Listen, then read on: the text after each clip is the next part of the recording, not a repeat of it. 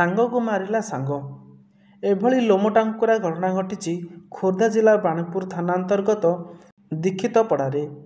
ମୃତକ ହେଲେ ଗୋଦାବରୀଶ ମହାବିଦ୍ୟାଳୟର ଯୁକ୍ତ ଦ୍ୱିତୀୟ ବର୍ଷର ଛାତ୍ର ଆଶୁତୋଷ ମହାପାତ୍ର। ସୂଚନା ଅନୁଯାୟୀ ବାଣପୁର ଖମରା ସାହିର ଆଶୁତୋଷ ଗତ 23 ତାରିଖରେ ମହାବିଦ୍ୟାଳୟକୁ ଯାଇ ଆଉ ଫେରି ନଥିଲେ।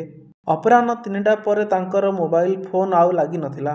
ଏହାପରେ ଆଶୁତୋଷଙ୍କ ମା ଓ ବାପା ପ୍ରସନ୍ନ ମହାପାତ୍ରଙ୍କ ମୋବାଇଲକୁ ପୁଅ ସେମାନଙ୍କ କବ୍ଜାରେ ଥିବା ଏବଂ ଜୀବିତ ଭାବେ ଦେଖିବାକୁ ଚାହୁଁଥିଲେ 5 ଲକ୍ଷ ଟଙ୍କା ଦେବାକୁ ମୋବାଇଲରେ ମେସେଜ ଆସିଥିଲା।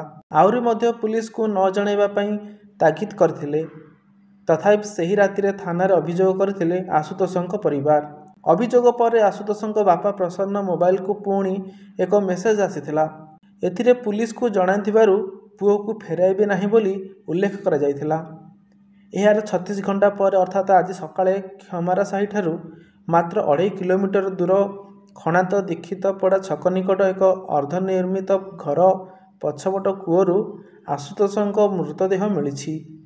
ଏନେଇ ଆଶୁତୋଷଙ୍କ ବାପା ପ୍ରସନ୍ନଙ୍କ କହିବା କଥା ହେଲା, 24 ତାରିଖ ଅପରାହ୍ନ 1ଟା ବେଳେ ସେ ଢେଙ୍କାନାଳରୁ ଘରକୁ ଫେରୁଥିଲେ। ସେହିଦିନ ଆଶୁତୋଷର ବନ୍ଧୁ ତଥା ମୁଖ୍ୟ ଅଭିଯୁକ୍ତ ଆଶୀର୍ବାଦ ପ୍ରଧାନ ଓରଫ କାହ୍ନା ଭେଟିଥିଲେ। ଖଣାତ ଦୀକ୍ଷିତପଡ଼ା ରାସ୍ତା କଡ଼ରେ ଥିବା ତାଙ୍କ ଅର୍ଦ୍ଧନିର୍ମିତ ଘର ନିକଟରେ ପୁଅକୁ ଦେଖିଥିବା ଆଶୀର୍ବାଦ ତାଙ୍କୁ କହିଥିଲା। ଏ କଥା ଶୁଣିବା ପରେ ସେ ପୁଲିସକୁ ସୂଚନା ଦେଇଥିଲେ ବୋଲି ପ୍ରସନ୍ନ କହିଛନ୍ତି, ଯିଏକି ଜଣେ ଠିକାଦାର। ଅନ୍ୟପକ୍ଷରେ ବାଣପୁର ଏସଡିପିଓ ମାନସ ରଞ୍ଜନ ବାରିକ କହିଛନ୍ତି, ଘଟଣାର ତଦନ୍ତ ଚାଲିଛି। ତେଣୁ ଘଟଣା ପଛର କାରଣ, କିଭଳି ହତ୍ୟା କରିଛି ଆଦି ଦିଗ ଉପରେ ପରବର୍ତ୍ତୀ ସମୟରେ ଜଣାପଡ଼ିବ।